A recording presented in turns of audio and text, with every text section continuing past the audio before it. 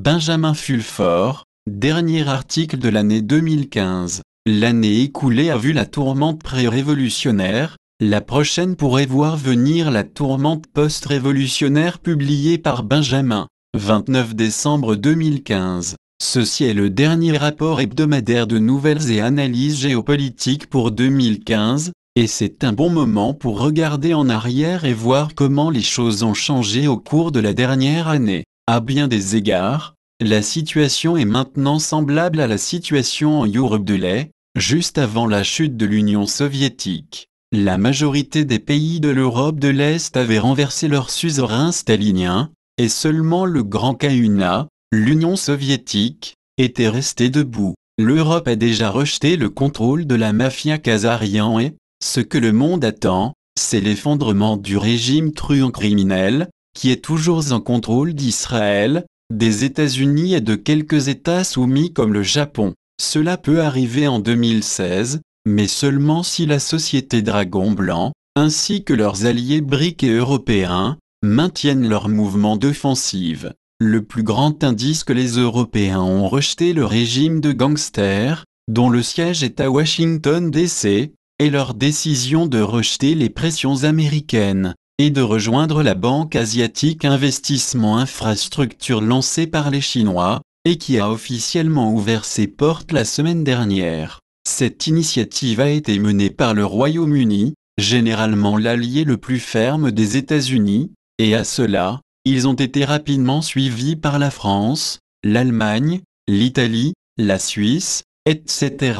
Les Français et les Allemands, pour leur part, ont rejeté la tentative du régime du crime de Washington DC, de commencer une guerre en Ukraine, en contournant les États-Unis et en allant négocier directement des accords Minsk de paix, avec la Russie. Il y a aussi eu une tentative systématique de couper tout financement pour la faction zio-nazie, néocon, de la mafia khazarian. Ce sont eux, les gens qui voulaient déclencher la guerre mondiale 3, afin de réduire la population mondiale de 90%, et asservir les 10% survivants. Cette faction, dirigée par George Bush père et ses compagnons zio-nazis, survit principalement grâce au pétrole, la drogue, l'esclavage et le trafic d'armes. La chute récemment, à la fin de cette dernière année, des prix du pétrole, de plus de $70 le baril à un niveau de $30, va commencer à frapper pour de bon ces gangsters en janvier,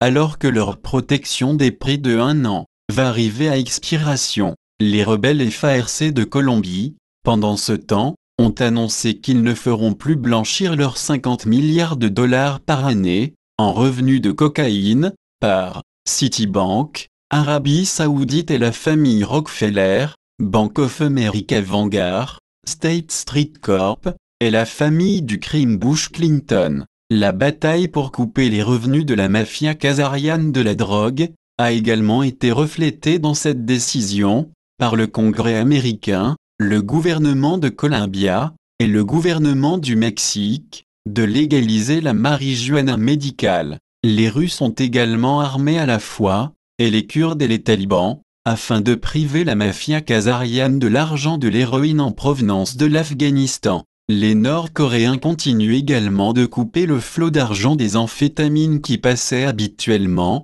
par les Khazarians. Le côté Bush de cette famille du crime a déjà été marginalisé du fait qu'il est maintenant de notoriété publique, qu'ils sont les responsables de 9/11, mais le côté Clinton, même sous attaque, est toujours aussi fort.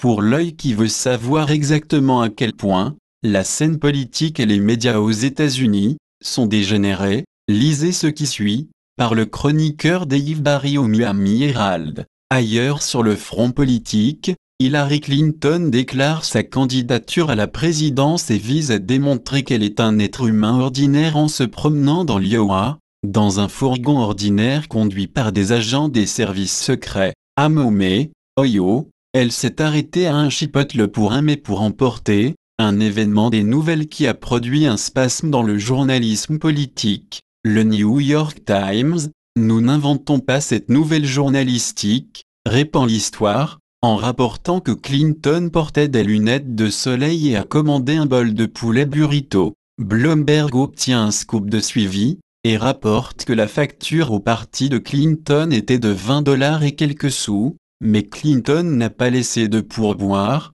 Politico lance une histoire de 1200 mots, intitulée « Nous n'inventons toujours rien ». Les gens ordinaires qui ont cuisiné le bol de burrito de Hillary Clinton. Le New York Times et d'autres médias corporatifs de propagande, contrôlés par la mafia Kazarian, ont trouvé que parler de Clinton qui mange un bol de poulet burrito était plus digne d'intérêt que les preuves bien documentées de viol, trafic de drogue, assassinat et autres crimes reliés à la famille du crime Clinton. Vous pouvez voir pourquoi le monde tourne le dos au dégoûtant cartel menteur, criminel basé à New York, Washington DC et Tel Aviv. Et c'est arrivé malgré un rythme de plus en plus effréné d'événements de faux drapeaux, avec une diminution de l'impact psychologique, et d'autres tentatives hystériques, par la mafia kazariane pour déclencher une troisième guerre mondiale. Le Pentagone a déjà pris ses distances vis-à-vis la mafia kazariane,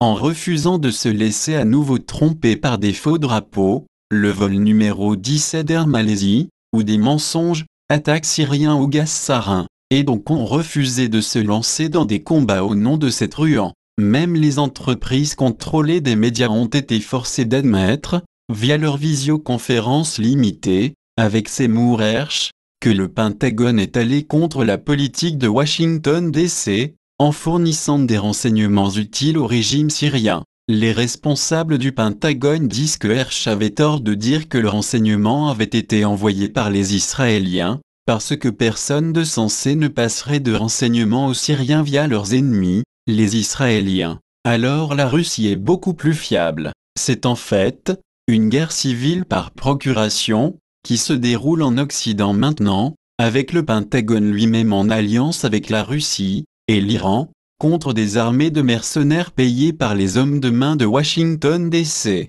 Ils sont activement en train de pousser pour renverser le régime pseudo-musulman de truands khazarians en Arabie Saoudite. La chute de la maison des Saouds peut être un coup fatal pour les Khazarians. Ce régime est susceptible de perdre une grande partie de ses 650 milliards de dollars d'actifs étrangers, en paiement de compensation, pour les horreurs perpétrées par les mouvements terroristes généralisés pseudo-islamiques, qu'ils ont financés, de dire les sources de la CIA. En outre, des sources du Pentagone disent maintenant que le Yémen envisage d'annexer Azir, Gizon et Najran, les provinces saoudiennes du Sud, à titre de compensation pour l'agression de l'Arabie contre leur pays. Ces provinces bordent le Yémen et sont habitées par des ethnies yéménites. Les Khazarians, bien sûr, ne vont pas laisser faire sans se battre. L'Alliance Arabie, Turquie, Israël a donné des passeports, et payé plus de 1 million de réfugiés pour inonder l'Europe, en punition pour le mépris de leur gouvernement, envers les ordres khazarianes. Ils exploitent également pleinement le ressentiment historique turc de l'éclatement de l'Empire ottoman, après la Première Guerre mondiale, pour encourager les Turcs à reprendre leur empire. Cela conduit cette région à une guerre y entraînant les USA, la France, l'Allemagne, la Russie, Israël, l'Égypte, l'Arabie Saoudite, le Yémen, le Liban, la Syrie, la Turquie, le Royaume-Uni, l'Iran, le Conseil de coopération du Golfe et d'autres. La crise dans cette région est devenue la plus grande guerre depuis la fin de la Deuxième Guerre mondiale. Il y a également eu un changement suspect de régime en Argentine, laissant entendre que de nombreux truands nazis khazariens peuvent avoir l'intention d'y fuir les États-Unis et l'Europe, étant donné que leurs crimes contre l'humanité continuent d'être mis au grand jour. Les nazis ont déjà acheté une grande bande de terres côtières dans le sud de la province argentine de la Patagonie, et peuvent être en train de se préparer pour l'exil. Que Dieu vienne en aide aux Argentins si cela se produit. Au cours des dernières années, les Khazarians ont également utilisé des armes nucléaires contre le Japon, la Syrie, le Yémen et l'Ukraine de l'Est, et devraient continuer d'essayer d'utiliser ces armes à nouveau. Voilà pourquoi Le gouvernement israélien est maintenant en quarantaine militaire. Le blocus militaire continu d'Israël et leur armée de l'air clouée au sol peuvent être le plus grand événement de 2015, dont on aurait peu ou pas parlé dans les nouvelles. Aussi, malgré le trouble que les Khazariens ont fait, à l'extérieur des États-Unis, le monde a vu beaucoup de bonnes nouvelles en 2015. La plus importante est que les dirigeants mondiaux ont entamé de sérieux efforts pour lutter contre la pauvreté et mettre fin à la destruction de l'environnement, comme on le voit dans les accords de Paris signés récemment. C'est une honte, bien sûr, que le soi-disant réchauffement climatique, non scientifique, ait été utilisé comme excuse, mais néanmoins, les pays riches ont promis de payer aux pays pauvres un montant à raison de 100 milliards de dollars par année pour nettoyer leurs environnements. Certains anciens conflits sont également en cours de règlement. Comme mentionné ci-dessus, la longue guerre civile colombienne en cours tire à sa fin. Le Cuba et les États-Unis ont aussi commencé à enterrer leur âge de guerre vieille de 50 ans. Maintenant, le Pakistan et l'Inde ont commencé à faire de sérieux mouvements pour mettre fin à leur vieux conflit de 68 ans, avec de sérieuses tentatives de paix. L'armée américaine en est également à contraindre, le Japon et la Corée du Sud, à mettre fin à leur querelle sans fin instigée par les Khazarians, au sujet d'une guerre qui a pris fin il y a de ça 70 ans. Les Nord-Coréens sont également prêts à faire la paix avec la Corée du Sud et le Japon, deux pays occupés par l'armée américaine depuis la fin de la Deuxième Guerre mondiale. Aussi, en signe que les gens se réveillent au danger d'avoir remis aux banques privées le pouvoir de créer de l'argent à partir de rien, les Suisses vont tenir un référendum pour décider si seul un gouvernement, représentant le peuple, devrait détenir ce droit. Enfin, dans une note plutôt étrange, cet écrivain a été à l'écoute la semaine dernière pour le réseau d'Extrême-Orient, d'une station de radio militaire américaine, destinée aux militaires américains au Japon. Lorsque la station a fait de la publicité pour le personnel du Space Command, l'annonce disait que servir dans le commandement de l'espace serait similaire à servir sur un navire.